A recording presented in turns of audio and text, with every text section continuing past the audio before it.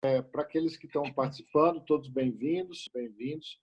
A ideia do webinar são conferências rápidas, sempre pontualmente. A ideia é divulgar as nossas ideias, promover debates um pouco mais próximos, tendo em vista aí que nós somos muitos associados, espalhados pelo Brasil, e nem sempre podemos estar junto conversando. A Regina fará uma exposição. Senhora Regina, bem-vinda, a senhora está com a palavra. Muito obrigada, professora Atala. A iniciativa que teve de criar esse sistema de conversa, né, que eu nunca digo que uma aula seja uma aula, de uma conversa virtual sobre temas os mais importantes no direito de família, é uma ideia brilhante. Isso vai ajudar muito a todos nós, né, a construir cada vez melhor o direito de família, porque essa é a principal preocupação da ADEFAS, né? Tratar do direito de família de maneira contemporânea, de maneira atual, como a nossa sociedade quer, precisa, né? E merece. Então, o primeiro tema, o tema inaugural, é esse do chamado abandono afetivo. Eu preparei, professora Atala e participantes, eu preparei um PowerPoint que depois fica disponível, né? Já que tem um conteúdo de pesquisa jurisprudencial bastante interessante, além de também de alguma doutrina citada, né?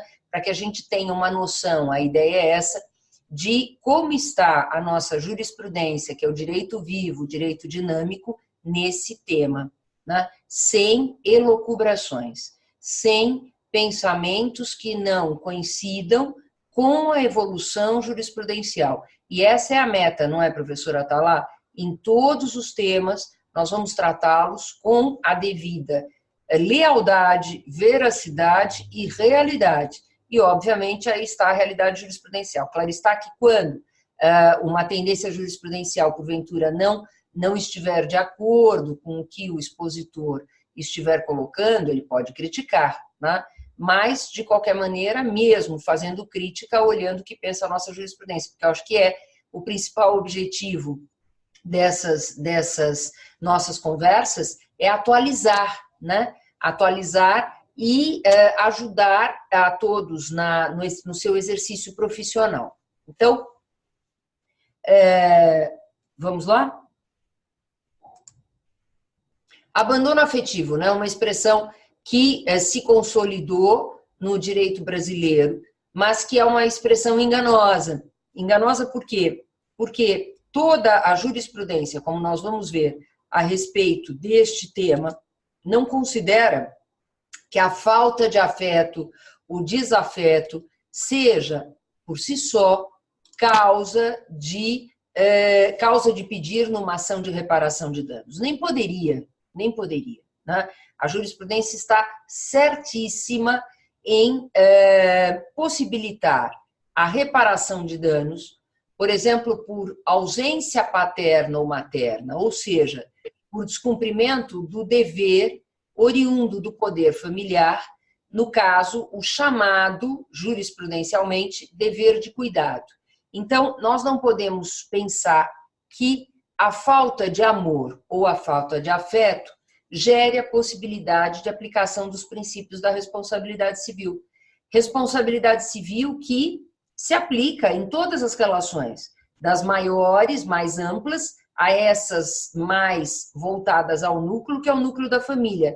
A responsabilidade civil está presente em todas as relações jurídicas, dentro dos pressupostos da responsabilidade civil. Eu tive a oportunidade de tratar dessa matéria de uma maneira muito aprofundada quando eu defendi minha tese de doutorado na USP, sobre a aplicação dos princípios da responsabilidade civil nas relações de casamento. E sempre voltando minha atenção, como volta a atenção à jurisprudência nas relações entre pais e filhos, a esse artigo 186 do Código Civil. Artigo 186 que diz o seguinte: para lembrar, parte geral do Código Civil, aquele que por ação ou omissão voluntária, ou seja, dolo, negligência ou imprudência, ou seja, culpa em sentido estrito, violar direito e causar prejuízo a outrem, ou seja, praticar uma ação ou uma omissão dolosa ou culposa, violando um direito e, pelo nexo causal, essa ação ou omissão estar ligada a um dano, seja um dano moral ou um dano material, comete ato ilícito. É essa a regra geral da responsabilidade civil. É essa a regra geral que se aplica também nas relações de família. E, claro está que amar, ter afeto, não é dever jurídico. Nós temos que examinar nessa nossa conversa hoje qual é o dever violado, em que dispositivo legal está fundamentado esse dever, para que encontremos o primeiro pressuposto da responsabilidade civil, que podem ver aí na tela que nós temos 3 pressupostos da responsabilidade civil, sempre 3 pressupostos da responsabilidade civil, e o primeiro é violação a um direito. Não existe direito de ser amado, não existe o direito de receber afeto. Portanto, o que nós temos é sempre, né, o chamado dever de cuidado, ou seja, a falta de cuidado, a falta de visitação regular, o não acompanhamento na educação e na formação do filho, né? Porque, repito, receber afeto ou amor não é direito, mas a expressão é abandono afetivo. Então, nós temos que usar essa expressão, ou como já sugeriu o professor Attalá numa conversa anterior, criarmos até na ADEFAS uma nova expressão, né? Que a gente poderia pensar em abandono psicológico, mas será que se entenderia esse abandono psicológico como falta de visitas regulares? Porque, obviamente, que a parte emocional do filho fica atingida pelo abandono, né? Mas, de qualquer maneira, é uma questão da gente trabalhar, eventualmente, na sugestão de uma outra expressão. Porque também por causa dessa expressão abandono afetivo, ainda são propostas ações, e nós vamos ver no que elas resultam, né?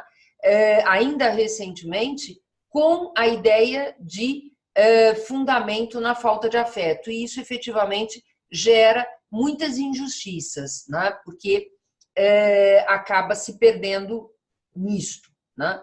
E há um artigo interessante escrito pelo Dr. Teodorico de Almeida Camargo, que é conselheiro científico da ADEFAS, sobre a responsabilidade civil por dano afetivo, publicado nesse livro, que eu recomendo a todos os nossos associados, que é o primeiro livro da ADEFAS, que foi resultado do congresso internacional que nós fizemos em agosto do ano passado.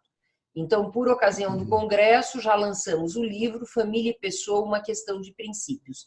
Vários artigos importantíssimos, entre eles este do Dr. Teodoreto. Diz ele, enquadrado no gênero dos danos morais ou na subespécie dos danos à pessoa, o dano afetivo, aspas, né, é aquele que atinge a criança ou o adolescente em consequência do descumprimento do direito-dever de visita do pai e, às vezes, da mãe, fixado de comum acordo entre marido e mulher na separação consensual, acrescentou na dissolução de união estável, ou mesmo quando não há relação de casamento ou de união estável, que isso não retira o dever do pai, assim como da mãe, de estar com os filhos, de cuidar, de educar. O poder familiar surge da relação de filiação e não propriamente do casamento da união estável, ou imposto coativamente pelo juiz nas sentenças de separação e divórcio litigiosos, investigação de paternidade, regulamentação de visitas, etc. Pois bem, o abandono afetivo, então, é falta em relação ao dever de cuidado, convivência do filho com o pai, né? Que não só pode existir quando os domicílios, a distância entre os domicílios do pai e do filho são mais próximos em contatos presenciais, mas também contatos virtuais. Hoje, né, as novas formas de comunicação, e-mail, Skype, WhatsApp, redes sociais, etc., permitem que haja a prestação do dever de cuidado, o cumprimento do dever de cuidado, mesmo à distância, né? E lembrando que quando a gente fala em dano, nós já vamos partir de novo para o primeiro pressuposto, aquele primeiro pressuposto que é, voltando aqui, a ação, omissão, dolosa ou culposa, violação a direito, mas falando de dano moral, normalmente se pensa em dano moral no chamado abandono afetivo, que é o dano moral que advém, que resulta em ré ipsa deste abandono, né, porque é uma violação a direitos da personalidade do filho, desde a sua autoestima, a sua consideração social, e a isto é esta autoestima, essa consideração social são chamados de honra, né? A honra no sentido subjetivo da autoestima, a honra no sentido objetivo da consideração social, até chegar mesmo ao direito à integridade psíquica. Então, dano moral, com critérios de fixação que também precisam ser lembrados, né? Os critérios de fixação de quantificação da indenização por dano moral têm em vista a compensação do sofrimento do filho e o desestímulo ao pai ou à mãe para que não continue a praticar esse abandono, que tem uma natureza pedagógica, né?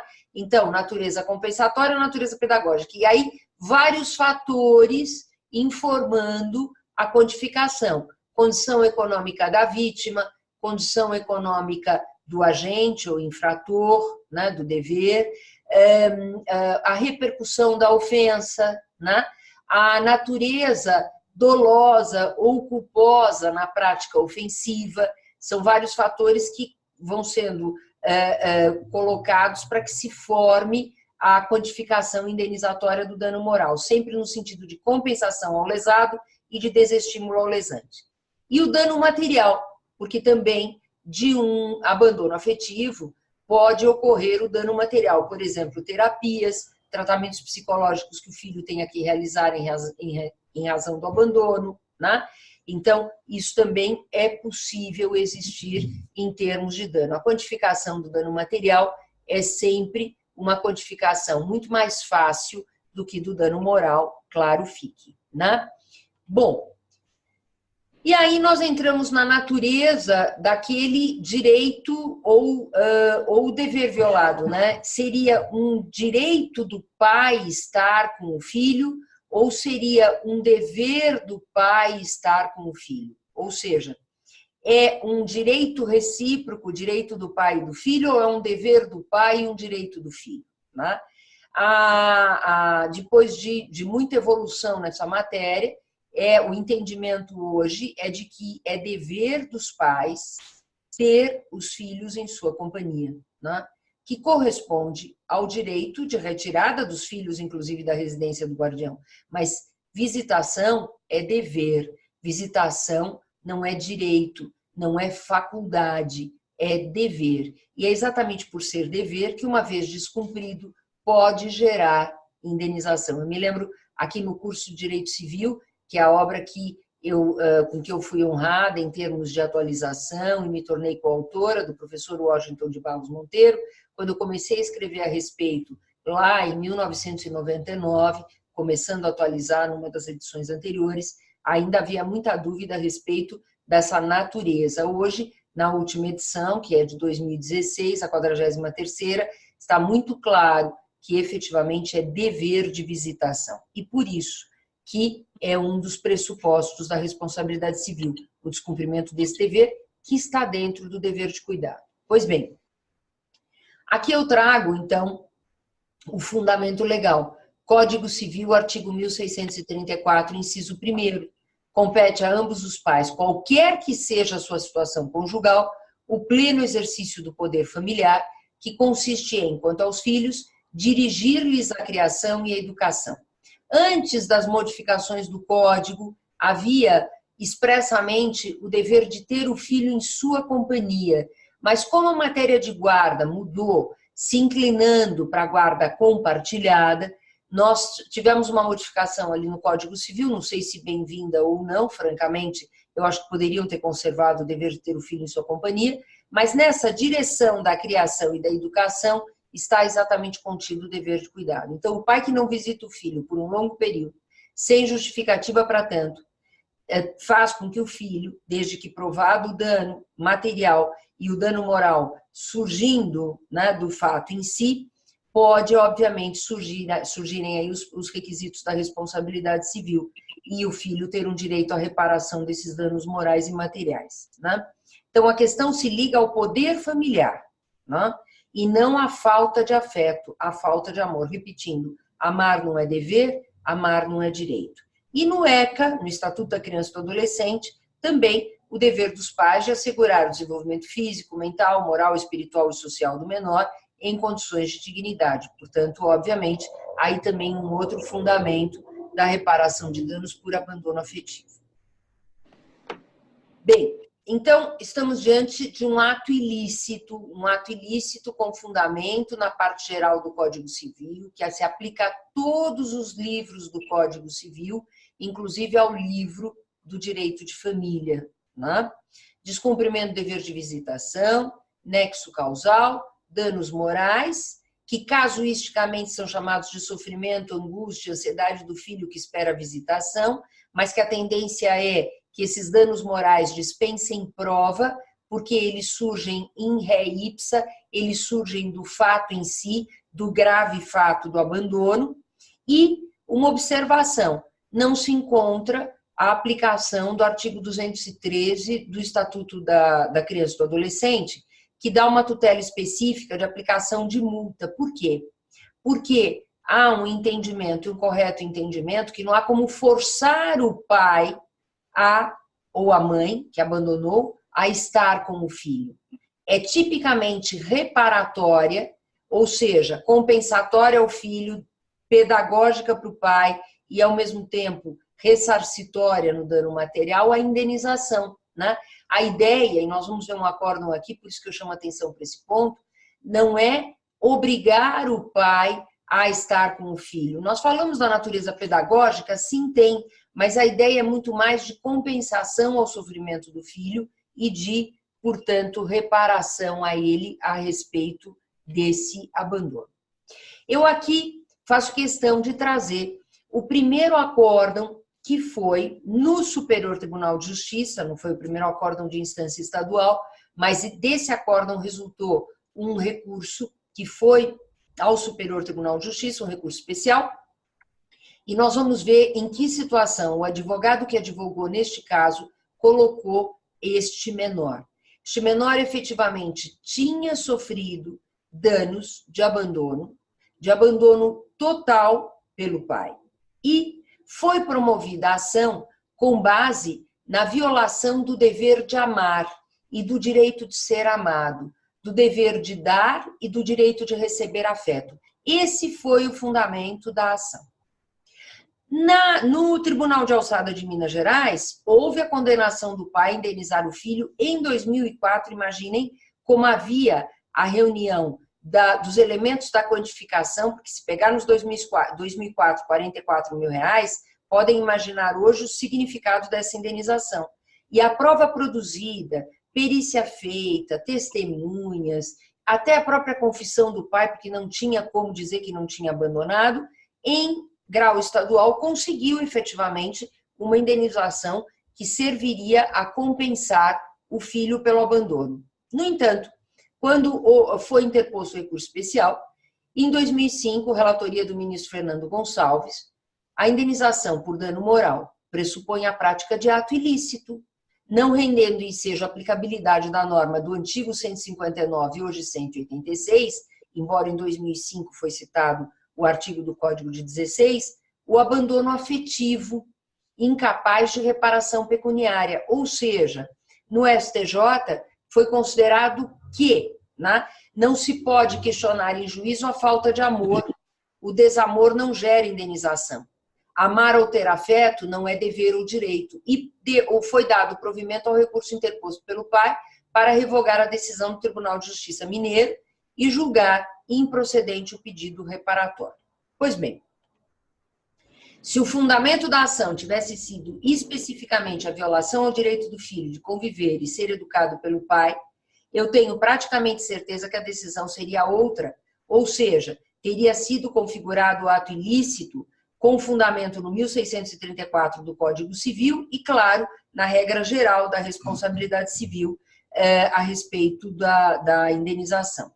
E o acórdão do STJ poderia ter chegado a julgamento diverso com confirmação do acórdão do Tribunal Mineiro. Assim, nós vamos vendo agora, passado esse julgado que trouxe obviamente, uma não reparação, né, para um filho que tinha sido abandonado, né, e que a gente não pode chamar de injustiça, porque efetivamente o advogado errou no fundamento. Aliás, foi interessante, porque na época esse advogado me perguntou como é que você acha que é o fundamento? E eu disse para ele, fundamenta com base na falta do dever de estar com o filho. Na época havia esse dever de ter o filho em sua companhia, o dever de educar. Não, eu vou fundamentar com base na falta de amor. E deu no que deu, né? Fez com que o cliente perdesse a causa, porque o advogado nunca perde a causa, né, doutora? Tá lá. Quem perde a causa é o cliente, mas quem sofre com tudo isso, obviamente, mais do que ninguém, é o cliente, né? Então, começando aqui, eu estou indo numa ordem retroativa dos acórdãos. Esse de 2018, o ministro Luiz Felipe Salomão, no STJ, mirando o prazo prescricional. Não podemos esquecer que o prazo prescricional da pretensão reparatória de abandono afetivo começa a fluir a partir dos 18 anos do filho. E, portanto, são 3 anos, na regra da prescrição da responsabilidade civil, a partir dos 18 anos, né? E, nesse caso, né, o prazo prescricional da pretensão reparatória de abandono afetivo, por começar a fluir da maioridade do autor, a ação reparatória foi reconhecida como prescrita. Bem, esse outro acórdão, da ministra Maria Isabel Galotti, como relatora, em vermelho está destacado o dever de cuidado, que compreende o dever de sustento, guarda e educação dos filhos. E aqui, uma observação importante. A gente não dá efetivamente para a gente usar só a expressão abandono psicológico, acho eu, porque esse abandono, né, ele pode ser também no sentido do sustento. E isso também pode gerar uma reparação de danos, né? Não há dever jurídico, continua ali o acórdão, de cuidar afetuosamente. Não há dever jurídico de cuidar afetuosamente. De modo que o abandono afetivo, se cumpridos os deveres de sustento, guarda e educação da prole, ou de prover as necessidades de filhos maiores e pais em situação de vulnerabilidade, não configura dano moral indenizável. Então, vejam o perigo de se usar a expressão afeto, como falta de afeto, como fundamento, né? Precedentes da 4ª turma são citados nesse acórdão. Hipótese em que a ação foi ajuizada também estava prescrita há mais de 3 anos após atingida a maioridade, de forma de que prescrita a pretensão com relação aos atos e omissões narrados na inicial durante a menoridade. Bem, um outro acórdão também do STJ, relator ministro Moura Ribeiro, 2015, a filha juíza ação contra o pai, alegando que desde o seu nascimento este descumpre com as obrigações de genitor, abandono afetivo e recusa ao pagamento de pensão alimentícia. Mantida a decisão do Tribunal de Justiça do Distrito Federal, que afastou a responsabilidade por abandono afetivo. Vamos ver por quê, né? Razões. A adoção do critério da responsabilidade civil subjetiva. O descumprimento do dever de cuidado somente ocorre se houver descaso, uma rejeição ou um desprezo total pela pessoa da filha por parte do genitor. Vejam como o STJ é rigoroso na análise dos requisitos da responsabilidade civil e não quer, não foi só em 2004, nós já estamos em 2015, não quer abrir a porta para qualquer tipo de abandono, né? Somente se operou o dever de convivência quando a criança completou 10 anos, no caso, ocasião em que foi reconhecida a paternidade. Desse modo, como pai e filha mantinham algum relacionamento, ainda que não próximo do ideal, não teria ocorrido o rompimento do vínculo afetivo, ou seja, o abandono afetivo. As circunstâncias do caso têm uma grande influência. A ausência de nexo causal, ainda aquele requisito que nós já comentamos, entre os danos sofridos, transtornos psicológicos, baixo rendimento escolar e a ausência da figura paterna, né? Também é importante, é indispensável provar o nexo causal. Bem, neste mesmo acórdão aqui a ementa, né? Alegada ocorrência do descumprimento do dever de cuidado, não ocorrência, ausência de demonstração da configuração do nexo causal, a ligação entre a ação, a omissão e o dano, e aplicação da teoria do dano direto e imediato. O que é isso, né? A tendência na aplicação das responsabilidades civil nas relações de família de considerar só os danos direta e imediatamente ligados à ação ou à omissão. e não o chamado dano indireto. Então, por exemplo, voltando os olhos para o rompimento de um casamento ou de uma união estável. Se a pessoa tem danos indiretamente ligados ao descumprimento dos deveres do casamento ou da união estável, também não serão ressarcíveis. É preciso que haja uma ligação direta.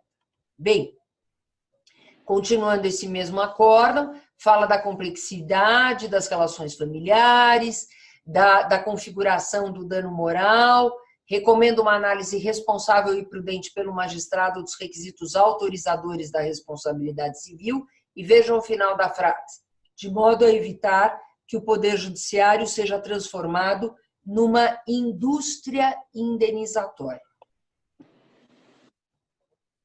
E realmente é esse o maior receio sempre, especialmente da instância superior. No caso, para que se configure, continua o acórdão, para que se configure a responsabilidade civil, no caso a responsabilidade subjetiva, deve ficar devidamente comprovada a conduta omissiva ou comissiva, ou seja, a omissão ou a ação do pai em relação ao descumprimento do dever jurídico de convivência com o filho, ato ilícito, o trauma psicológico sofrido, o dano à personalidade e, sobretudo, o nexo causal entre o ato ilícito e o dano. Mas não desanimem, não são os únicos acórdãos sobre o tema, né? Agora, esse, que é um verdadeiro paradigma, relatora ministra Nancy Andrighi, inclusive a relatora, no caso, a ministra Nancy Andrighi nos honra por ser conselheira científica da DEFAS, está no nosso portal, no nosso site, já num segundo mandato. Esse acórdão de 2012 se tornou um paradigma, por quê? Porque a ministra Nancy colocou a questão no seu devido lugar. Do modo muito especial com que essa ministra, né, julga os casos, ela deixou muito claro que o cuidado no item 2 como valor jurídico objetivo está incorporado no ordenamento jurídico brasileiro, não com essa expressão, mas com locuções e termos que manifestam suas diversas desinências, como se observa na própria Constituição Federal. Comprovar que a imposição legal de cuidar da prole foi descumprida implica em se reconhecer a ocorrência de ilicitude civil sob a forma de omissão. Isso porque o não fazer que atinge um bem juridicamente tutelado, leia-se, o necessário dever de criação, educação e companhia, dever de cuidado, importa em vulneração da imposição legal e que, surgindo daí a possibilidade de se pleitear compensação por danos morais em razão do abandono psicológico. Então, como eu comentei, logo que o acórdão foi publicado no Conjur, nesse acórdão da terceira turma do STJ, a questão foi colocada nos seus devidos termos. Amar é faculdade, cuidar é dever, como diz o próprio julgado, o próprio acórdão. Assim, segundo a sistemática do Código Civil, a responsabilidade civil e o consequente dever de indenizar ocorrem quando presentes os seguintes requisitos. Ação ou omissão violadora de direito. Lembrem-se do primeiro slide, né? Um dos primeiros slides. Ação ou omissão violadora de direito. Dano moral ou material. E o nexo de causalidade. E, por estar a responsabilidade prevista na parte geral do Código Civil, não há dúvida sobre sua aplicação nas relações de família, como também bem aceitou o acórdão relatado pela ministra Nancy Andrighi. Então, já temos aí um acórdão do STJ, que é paradigma efetivamente, mas dentro daqueles cuidados que servem como alerta dos acórdãos anteriores, tanto no sentido de prescrição do prazo de 3 anos, a contar da maioridade, como também no sentido de ficar bem demonstrado o abandono, não uma falta eventual de cuidado em relação ao filho, o abandono efetivo e, obviamente, o nexo causal com o dano. Aí, alguns acórdãos do Tribunal de Justiça de São Paulo, né? Esse acórdão relatado pelo embargador Ribeiro da Silva, com efeito, todos os filhos têm que ser tratados igualmente perante a lei. Aí o réu adotou, após o reconhecimento de um filho, sem, inclusive, qualquer ação de investigação de paternidade, ele adotou uma atitude agressiva com relação à filha, com uma grande diferença em relação às 2 filhas que teve com a atual esposa. E muito parecido aqui o caso com aquele lá do Tribunal de Alçada Mineiro, e que acabou sendo modificado pelo Superior Tribunal de Justiça pelo erro advocatício no fundamento, né? Então, esse acórdão considerou indenizável, preenchidos os requisitos, né? E, inclusive, na penúltima linha, né, ou antepenúltima, é inegável a dor que sente em decorrência da rejeição do pai. É inegável a dor que sente, significa o quê? O dano moral, ele se comprova pelo fato em si, pela doutrina do nosso saudoso professor Carlos Alberto Bittar. O dano moral independe de prova, ele resulta do fato em si. O fato grave, o abandono total, a atitude agressiva ou de abandono, por isso que se fala também em atitude, em comissão, ou seja, atitude, às vezes, por vezes, atitude agressiva e ao mesmo tempo é de abandono, né, do pai, o dano moral brota do fato em si. Mais um acórdão, agora indo lá para o Rio Grande do Sul, relator desembargador Claudir Fidelis Facenda, ou Facenda, 29/11/2007, né? Também aqui o dever de indenizar decorre do agir doloso ou culposo do agente, no caso, restando caracterizada a conduta ilícita do pai em relação ao filho, bem como o nexo de causalidade e o dano, mais uma vez vêm aí os pressupostos, cabe indenização por danos materiais e morais. Bem, acórdão do Tribunal de Justiça de Minas, 2010, guardião que, ao descobrir não ser o pai biológico do menor, o deixa aos cuidados do conselho tutelar. Negligência, esses são os casos já extremos, né? Ofensa do ECA, violação ao direito à dignidade do adolescente, configuração do dano psíquico, dever de indenização. Aqui um acórdão do Tribunal de Justiça de Santa Catarina, né?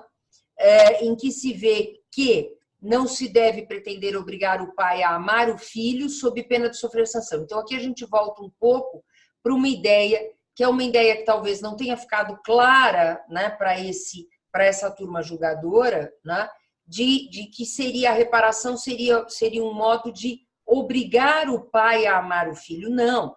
A reparação de danos é um modo de compensar o filho pelo sofrimento, ou seja, por essa omissão em relação aos deveres do pai para com o filho, né? É uma compensação, não é multa. Reparação de danos não equivale a multa. Por isso que eu observei lá atrás que aquele artigo 213 do ECA não se aplica, não tem sentido cominatório. Reparação de danos é compensatória. Bem, e não foi dada a indenização. Aqui no Tribunal de Justiça de São Paulo, relator desembargador Gifone Ferreira, indenização concedida, confissão segura da ausência voluntária do réu no acompanhamento da infância e adolescência do apelante, dano moral reconhecido, causal evidente, ou seja, anexo causal, pena pecuniária deferida não por sentir amor, ser não por ou não procurar sentir, ou seja, não é a falta de amor, é a falta do cuidado, abandono material e moral configurado, né? E o dano moral invocado in re ipsa, né? Não precisa provar o dano moral, ele surge do fato em si. Elogios aqui nesse acórdão à ministra Nancy Andrighi, como se pode ver, né? Lá na última linha, como a maior juíza do Brasil, segundo o ministro Gifone Ferreira, o desembargador Gifone Ferreira. Bem, indenização aqui fixada, é interessante a gente, quando tem o dado no acórdão, trazer o valor, né? Materializa, né? 45 salários mínimos, mas nós não temos aqui outros dados para ver como é que foi quantificada essa indenização, o porquê dos R$45 mil aproximadamente. Mas não é uma indenização pequena. Esse outro acórdão do Tribunal de Justiça de São Paulo, 2014, desembargador Ramon Mateus Júnior, alegação de abandono afetivo e material, fruto filho de relacionamento extraconjugal, reconhecimento da paternidade tardio, né? Abandono afetivo e material configurados, e havia também aí um assédio moral, havia, portanto, também alguma forma de prejudicar o filho, utilizada pelo pai, e a indenização aqui, vejam, foi de R$100 mil, a título de verba indenizatória por dano moral, né? Então, falando aí que o assédio moral está dentro da categoria de dano moral e realmente está. Não dá para ficar encontrando muitas categorias de dano, que isso acaba desprestigiando o próprio dano, né? Assédio moral está dentro do dano moral. Aí, eu só vou tocar nisso, porque embora a regra do Código Civil seja de que quando há falta dos deveres do poder familiar, quando existe essa falta, existe a possibilidade de suspensão do poder familiar ou até de perda pela reiterada falta, né, de cumprimento dos deveres paternos, essas normas não são efetivamente aplicadas, né? Então, nós não vemos aplicação até com outros casos, até, não vou dizer mais graves, porque o abandono às vezes é tão grave quanto o castigo imoderado, mas mesmo em casos bastante extremos, não se vê a aplicação desses dispositivos. Eu tenho um caso, por exemplo, em andamento, em que eu pedi a destituição do poder familiar do pai por total abandono mesmo, o filho já sendo criado e educado por um outro homem, isso muito antes, imagina, esse processo já dura 10 anos em primeira instância, para terem uma ideia de tantos incidentes que ocorreram, porque daí o pai veio se defender e não quer perder o poder familiar. E eu pedi na época, porque a paternidade socioafetiva não estava ainda bem resolvida, não havia o acórdão do Supremo sobre paternidade socioafetiva, hoje, inclusive nesse sentido mais amplo, e eu pedi a adoção, né? Perda do poder familiar por total abandono e adoção. Possivelmente, nós vamos conseguir a multiparentalidade, porque não há caso de perda do poder familiar pelo abandono. Eu não entendo por que não se cumpre o que está no Código Civil, ou se modifique o que está no Código Civil, porque a letra da lei é clara. E para terminar, aqui, em termos de direito projetado, né? Então, nós temos o abandono material como crime, no artigo 244 do Código Penal, se tipifica quando não há pagamento de pensão alimentícia ou quando, em caso de doença grave, o genitor não presta cuidados ao filho. Então, o abandono material, a princípio, é pela falta do pagamento de pensão, e só quando houver doença grave do filho é que a falta de prestação de cuidados, ou seja, o abandono afetivo, é que vai para a natureza criminal, a tipificação criminal. Mas o abandono é um ilícito civil, como nós já vimos nessa nossa exposição. E o abandono afetivo, ao mesmo tempo, não é crime, é um ilícito civil, repito. Por isso tem um projeto de lei, o de número 700 de 2007, né, que agora está em PLS, projeto de lei do Senado, né, e depois agora ele está em tramitação na Câmara, ganhou um novo número, PLC 3.212 de 2015. A proposição inicial era da tipificação como crime, além de ilícito civil, e no Senado foi aprovado somente como ilícito civil. Na Câmara, então, o último andamento, né, é de 1 de 12 de 2017, salvo equívoco, não confiem muito nesse último andamento, porque eu não cheguei a checar, mas, enfim, o projeto parece que está efetivamente em tramitação e prevê a caracterização do abandono afetivo como ilícito civil com modificação do ECA. Vai ajudar porque, de algum modo, fica ali explícito que se caracteriza o ilícito civil pelo abandono, né?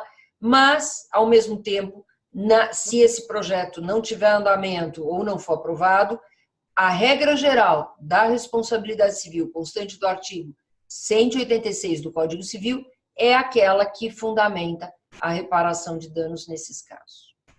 Vamos para o bate-papo? Vamos. Eu achei... Obrigado, Regina, pela exposição. Eu achei que foi ótimo. Você tocou em vários pontos interessantes. Eu anotei aqui as... Fecha o stop share. E volta o som dele. Por favor, Atalas. Obrigado, Regina, pela exposição. Eu achei que você tocou em pontos muito importantes, abrangeu a jurisprudência aí de várias unidades da federação, fez uma exposição, como não poderia ser, como sempre, excelente. Eu ia pedir para a Jussara, se ela puder liberar o áudio das pessoas, para que as pessoas se manifestassem à medida que pudessem. Eu só ia pedir nesse momento para que todos... Liberados todos. É isso. Para que as pessoas atentassem abaixo na tela tem o desative o som. Então, se você está conversando em casa, tem algum barulho por perto, mantenha o som desligado e aí, na hora de falar, você manifesta. Bom, eu ia começar, Regina, eu acho que quando você começou a falar, eu fiquei com a pergunta assim, de quanto mais ou menos a indenização justa para uma situação dessa. Você mencionou caso de R$ 44.000, de 45 salários mínimos, de 100 mil. De 100 mil, de diversas circunstâncias. O que você acha que deveria ser uma indenização razoável e o que o juiz deveria levar em consideração nessa fixação? Então, tudo vai depender do caso, como em qualquer hipótese de indenização por dano moral, né? Qualquer hipótese, em qualquer relação jurídica, não há uma ideia, e eu sigo muito a teoria e a doutrina do professor Bittar, que era contra a pré-fixação de valores indenizatórios, professora Atala, porque realmente a natureza da indenização por dano moral, ela tem que ser compensatória à pessoa do lesado e desestímulo à pessoa do lesante. Então, cada caso vai orientar, de acordo com o quê? As condições econômicas, financeiras da pessoa do lesado, para ver quanto é que compensa, da pessoa do lesante, para ver quanto que serve de desestímulo. Essa repercussão da ofensa, o quanto que isso atingiu o ofendido, tá? Esse abandono, qual foi essa repercussão no psiquismo do ofendido, na parte psicológica do ofendido, tá? Ela é pública, né? Ela se tornou pública, isso gera uma vergonha maior ao ofendido, esse abandono, tudo isso vai informar. Mas os principais critérios, professor, efetivamente, são aqueles dois primeiros que eu disse. Condição econômica. Se a pessoa tem maior condição, paga uma maior indenização. Eu falo do lesante, né? Se a pessoa tem uma menor condição, paga uma menor indenização. E do lesado também. E tudo sempre para evitar o que a jurisprudência está sempre atenta, o enriquecimento indevido, né? Então, sempre também olhando para os aspectos da razoabilidade, né? E casuísmo é casuístico, não tem outro jeito, não há uma pré-fixação. Não pode ser singela, né? Professor, não pode ser singela, né? Porque se for singela, se for simbólica, não compensa nem desestimula. Muito bem, professora, obrigado por esse esclarecimento. Eu vou fazer uma última pergunta, uma pergunta sem provocação, na realidade. A gente tem, por critérios sociológicos, a maioria dos abandonos são paternos, né? Acho que talvez pelo machismo que permeia a nossa sociedade, etc. Mas dentro da sua experiência, você já viu abandono materno e ele seria indenizável também? Plenamente indenizável. Inclusive, num dos slides eu fiz questão de citar, né, o abandono do pai ou da mãe, né? E eu não vi abandono total não, mas já vi atitudes que mostram a inadequação da mãe para o exercício da guarda, ou seja, a sua inaptidão, vários. Agora, abandono total, eu efetivamente nunca tive a oportunidade de ver nesses 40 anos de advocacia. Agora, a perda da guarda por falta de cumprimento dos deveres, inaptidão, etc., sim, até com visitação supervisionada de mãe. Muito bem. Como objetivo do nosso webinar, pode ser até talk show já, possibilitar que os colegas conversem também, formulem perguntas. Eu gostaria de abrir a oportunidade aqui para a gente tem aqui, nós estamos com os minutinhos ainda aqui, estamos 19h54. Quem quiser escreve aqui, né? Quem não quiser falar verbalmente, está de pijama em casa aí. Alguém falando aí, Anderson? Se ele achava que valia a pena entrar com ação de abandono afetivo. Pode falar mais alto, por favor? Quem é que está falando? Oi? Estão todos? Eu acho que não. Alô? Eles estão todos. Como vai? Como vai? Quem fala? Alô? Pois não, quem fala? Sandra.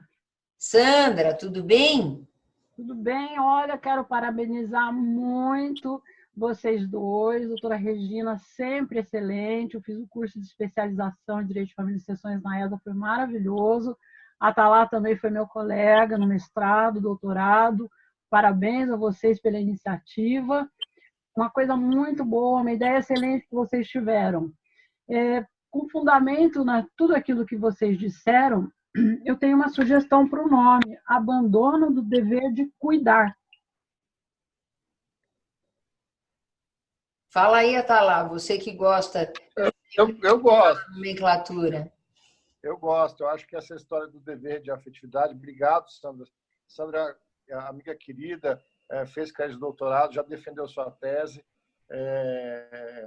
Obrigado pela pergunta. Eu gosto da sugestão. Não sei o que a professora Regina vai falar. Que nós temos que mudar, Sandra, e um prazer sempre estar com você. Estamos juntas tantas vezes, né, Sandra? Verdade. Agora virtualmente, né? Mas sempre é uma satisfação.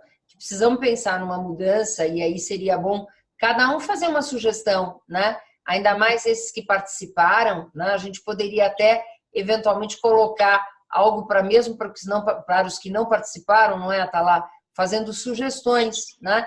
De uma nova nomenclatura para a gente poder não levar uma ilusão. Porque isso, então, para o leigo, se já para o profissional do direito é complexo, imagina o leigo, né? Como é que o leigo vai entender que abandono afetivo não é falta de afeto, né? É complicado ao leigo, né? Vamos montar uma enquete. Uma enquete virtual. Para aproveitar a enquete virtual. Posso fazer mais uma sugestão? Pode, claro. Então, eu escrevi no meu mestrado, com fundamento em tudo aquilo que você falou aí, foi nos seus livros, naquelas suas observações que você fez daquele recurso, né? Eu escrevi responsabilidade civil nas relações entre pais e filhos, né? Na matéria do professor Álvaro Vilaça Azevedo. E nesse artigo que eu fiz, eu defendi a inclusão também do abandono dos filhos com relação aos pais, porque o artigo 229, ele é dúplice, né? Então, a gente podia incluir isso também. Sem dúvida. Sem dúvida. O pai idoso, né?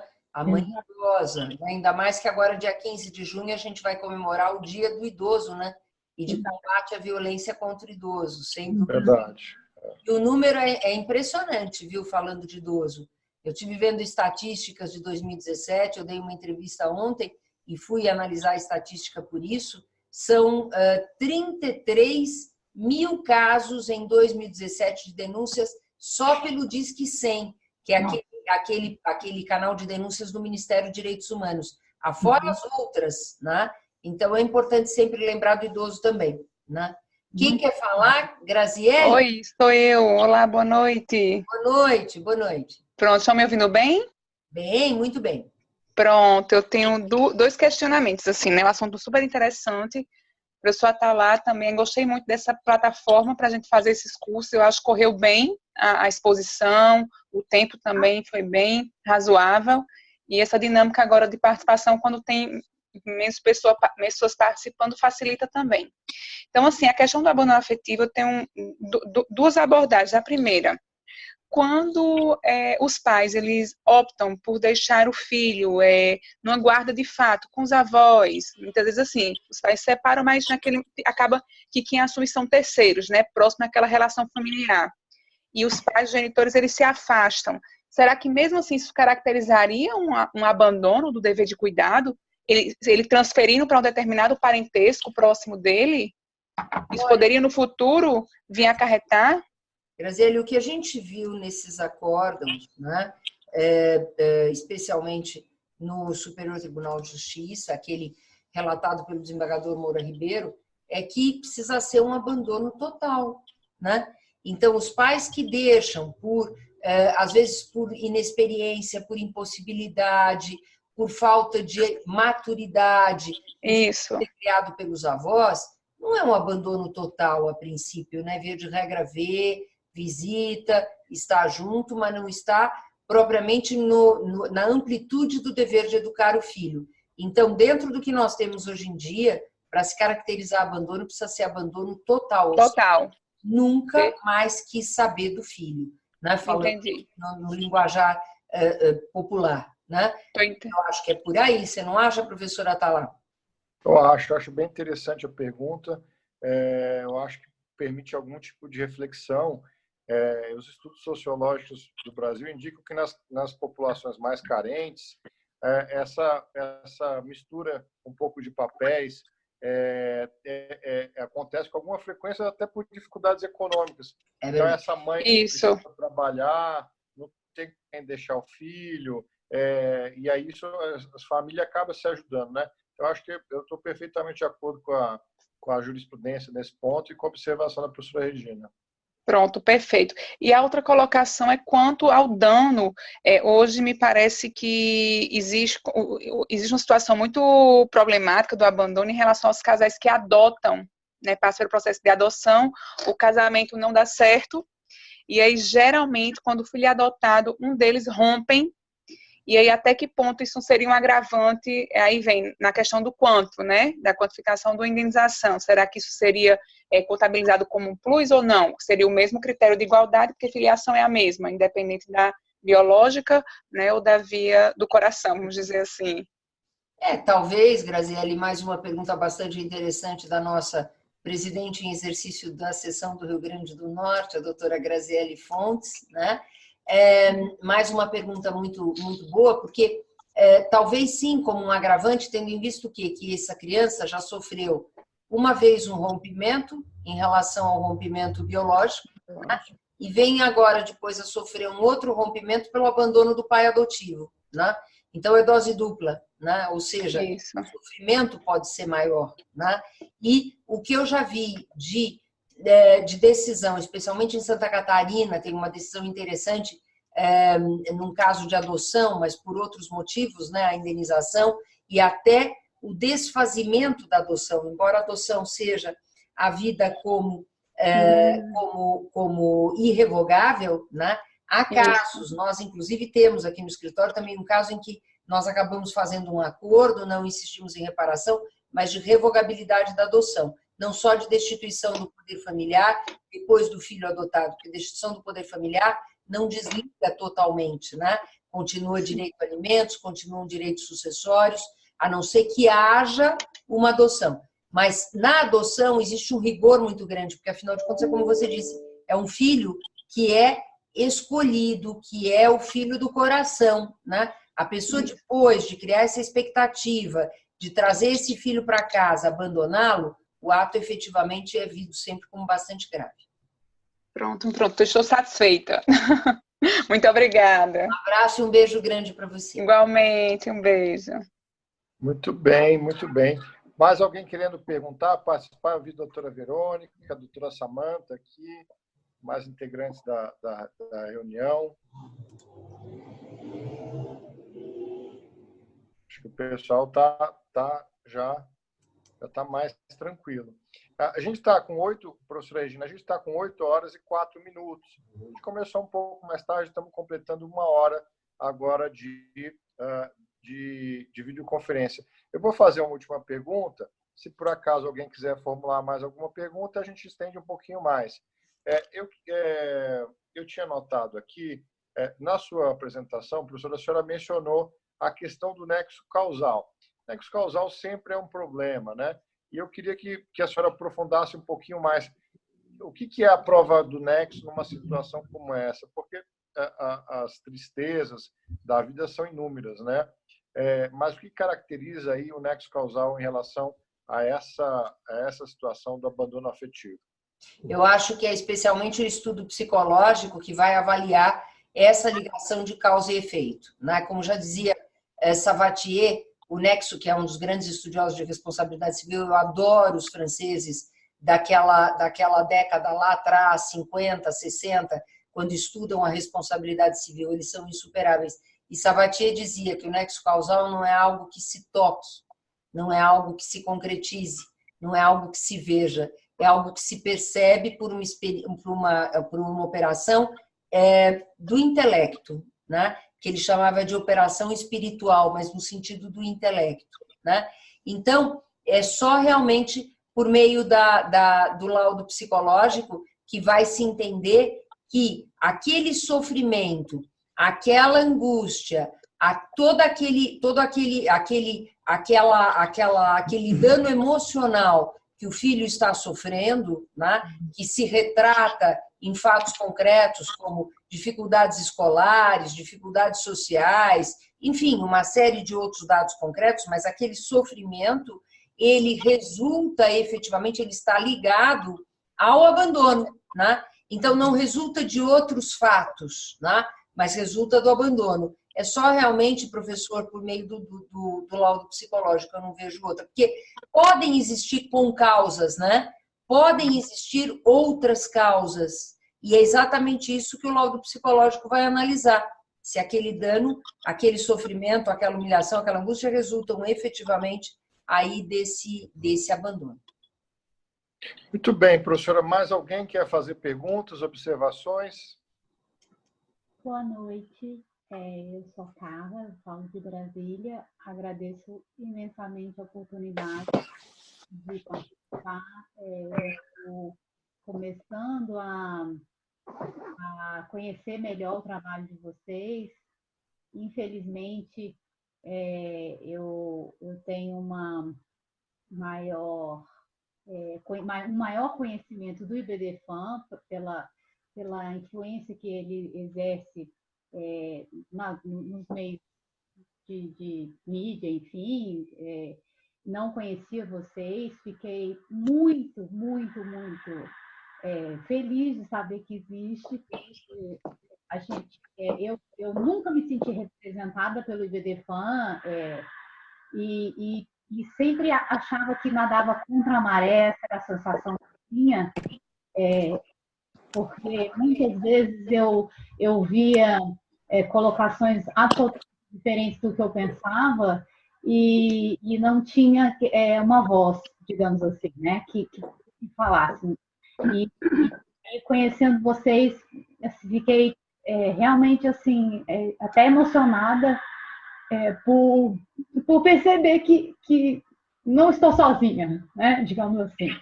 Então, quis conhecer um pouco mais e estou assim, maravilhada. E em relação ao tema, eu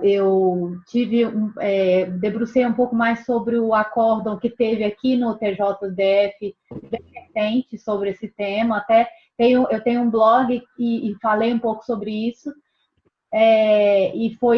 E a divergência foi exatamente em relação ao nexo causal, né? Porque o divergente, o voto divergente, falou exatamente de não haver tanto essa necessidade por ser em ré ipsa, né? E a relatora falou que não, que tinha que ter, e no caso a filha não conseguiu provar. E aí realmente é uma dúvida, porque assim, como comprovar de forma tão objetiva esse nexo causal se foi uma vida inteira, né? É difícil isso, assim. Você não sabe. Eu acho que só pelo fato de você não ter uma presença, um representante masculino na sua infância, juventude, enfim, já seria um caso, né? Assim, e foi nessa linha que houve a divergência e que, graças a Deus, se confirmou, né? Mas o voto da relatora foi no sentido de não por causa do nexo causal. E aí é um problema, né? Carla, olha, primeiro, a emoção é nossa de ouvir suas palavras. Nós trabalhamos há muito tempo, a doutora Talata, desde o início também da DEFAS, em 2014, como nosso presidente do Distrito Federal, já também no seu segundo mandato, o terceiro, né, doutora? Acho que o seu já é o terceiro, né? Eu acho que sim. E realmente trabalhamos muito sempre no sentido de mostrar, né, aos nossos associados o que pensa a DEFAS, né, como é que ela atua, e o seu depoimento, se traz emoção a você, pode ter certeza que nos emociona muito mais, né? Porque é a demonstração de que valeu a pena, né? Valeu a pena esse trabalho. Valeu. No que toca a essa tua, depois o professor Atala vai falar um pouquinho com certeza, mas no que toca a essa sua pergunta a respeito do dano em ré ipsa, foi exatamente por isso, eu acompanhei muito de perto o trabalho do professor Bittar, eu era assistente dele na década de 80, na década de 90, né? E quando ele desenvolveu exatamente essa teoria no direito brasileiro. Por quê? Porque há um equívoco, e certamente o equívoco dessa relatora, a qual você se referiu, né, nesse acórdão, pensando não há prova de um fato concreto, como, por exemplo, uma depressão diagnosticada por médico psiquiatra, né? Ainda mais que depressão é um diagnóstico psiquiátrico, não é um diagnóstico só psicológico, né? Ou uma tristeza profunda diagnosticada por um psicólogo, né? Porque depressão é orgânica, por isso que eu digo de um psiquiatra, ou uma tristeza profunda, portanto, comprovada por um psicólogo, ou outros fatos concretos, né? A pessoa ficou obesa, né? Obesa por quê? Porque uma obesidade mórbida voltada a essa tristeza profunda, ou reprovou constantemente na escola, perdeu vários anos de estudo na escola. Esses são fatos concretos. Mas não é só quando existem esses fatos concretos, que são os resultados do dano moral, que o dano moral seja indenizável. O dano moral é indenizável porque ele brota do fato em si. E a pessoa pode estar sofrendo muito mais que um outro que tenha um fato concreto a demonstrar, mas não demonstra, né, por uma fortaleza, por algo especial, ou por ocultar, ou por não querer mostrar. Então, é o grande brilho, e por isso que eu sempre cito o professor Bittar, né? O dano moral, pela gravidade do fato em si, é o que você disse. O abandono paterno é um fato gravíssimo. É um dano in re ipsa. E que bom que você conseguiu êxito. Você foi advogada, Carla, nesse caso? Não fui, não, mas tive acesso aos autos e fiquei muito satisfeita com o resultado. Fiquei um pouco pesarosa quando veio o voto da relatora. Falei, ai, meu Deus, não acredito que a gente vai perder. Assim, eu digo o direito vai perder, né? Eu falei, meu Deus, não acredito. Aí foi o desembargador de aulas que divergiu e aí os outros acompanharam. Aí fiquei muito satisfeita com o resultado. E olha, é muito bom que você envie esse acórdão para nós. É muito bom que você nos traga essa pesquisa, que essa é uma contribuição que eu peço a todos os nossos associados. O nosso e-mail contato@adefaz.org.br é um e-mail que eu peço que seja usado para enviar jurisprudência. É muito importante que vocês nos ajudem com a coletânea jurisprudencial. Viu, Carla? Tá A gente vai colocar sempre contribuição e põe o nome do associado. Tá bom? Fala, professora Atala. Olha, obrigado, Carla, pelo seu depoimento. A gente fica muito feliz. Como a professora Regina disse, eu estou desde o começo aqui e a nossa luta é para um direito civil próximo dos nossos valores, direito de família próximo dos nossos valores e por onde você possa expor claramente suas ideias, ouvir, escutar, uma discussão também mais jurídica do que talvez promoção de interesses de grupos e etc. De qualquer forma, eu fico muito feliz. Ia mencionar para você que nós temos um grupo de Zap que é aberto. Talvez, se você quiser, a Carla pode te inserir. Ali a gente troca mensagens. Às vezes tem alguma coisa que alguém reclama, mas é um canal interessante da gente ir conversando no dia a dia. Eu ia mencionar, professora, que a gente tem uma pergunta que a Rebeca mandou por escrito, né? E eu tenho uma preocupação, a gente poderia ir até bem mais tarde, mas eu tenho por hábito na organização desses eventos que a gente tente observar o máximo possível o tempo, né? Obviamente, se a senhora quiser continuar falando, a gente continua, mas para que a gente crie uma cultura de começo e final, para que a gente possa ter sempre uma hora e pouco para poder conversar, mas lembrando que a gente já tem a próxima marcada para o dia 4 de julho, o professor Venceslau falando 4 de julho. 4 de julho, o divórcio impositivo. E a ideia é manter sempre esse canal de conversa e todo mundo possa participar. A pergunta da Rebeca, então, que seria a última pergunta, ela pergunta, eu achei bem interessante a pergunta dela, se esse abandono afetivo se restringe ao abandono de pai e mãe. Se ele poderia ser aplicado, por exemplo, àquelas situações onde a presença do avô é importante, abandono avoengo, né? Ou abandono pelos irmãos e outros relacionamentos familiares. Não sei se a senhora já chegou a pensar nisso, professora. Olha, Rebeca, o bom da nossa conversa é sempre a novidade, né? E a novidade que vem dos participantes. Eu, efetivamente, nunca havia pensado nesse tipo de abandono, no entanto, a gente pode ligar isso com a própria relação socioafetiva, né? A partir do momento que um dos familiares, né? Ou mesmo um terceiro, um pai socioafetivo, o padrasto, que passa a exercer o papel do pai pelo fato de que o outro, o pai biológico, não se apresenta, né? Se nessa relação socioafetiva, que é tão cultuada hoje no direito e no direito de família, né? Houver uma quebra, um rompimento de abandono, a gente pode imaginar, sim, a aplicação dos mesmos princípios dentro da ideia da socioafetividade, né? Em tese, me parece viável. Então, eu acho que é isso. Eu não sei se a senhora quer fazer. Bom, ela mandou outra mensagem. Mandou obrigado, agradece. A Rebeca tá... Rebeca, procure aí no Ceará o professor Antônio Jorge, que é o nosso presidente que está montando a diretoria da seção do Ceará. Procure por ele. Se precisar, aqui a Jussara, que é minha secretária, mas que eu disponibilizo para a Defaz, ela está à disposição para poder fazer os links, os contatos, os elos.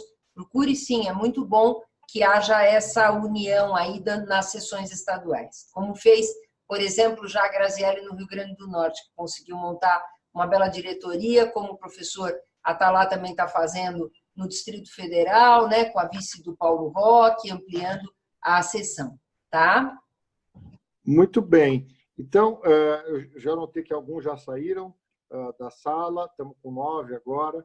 Professora, se a senhora quiser dar uma última palavra e despedir de todos, eu agradeço aqui, a presença de todos, espero que tenham gostado e que a gente possa fazer com mais êxito. Quem gostou, divulgue, por favor, nos ajude a divulgar nas suas redes, nas faculdades aí. A gente está montando o modelo e estamos abertos a sugestões. Um prazer imenso começar esse trabalho, uma iniciativa efetivamente do professor Atalá, e vamos dar continuidade, e quero deixar, então, um beijo para todos e até breve, tá? Venham ao professor Venceslau nessa programação marcada para o dia 4 de julho, às 19 horas. 4 de julho, às 19 horas, tá? Um beijo para todos, um beijo. Obrigado, professor, um beijo grande. Tchau, tchau. Tchau, tchau.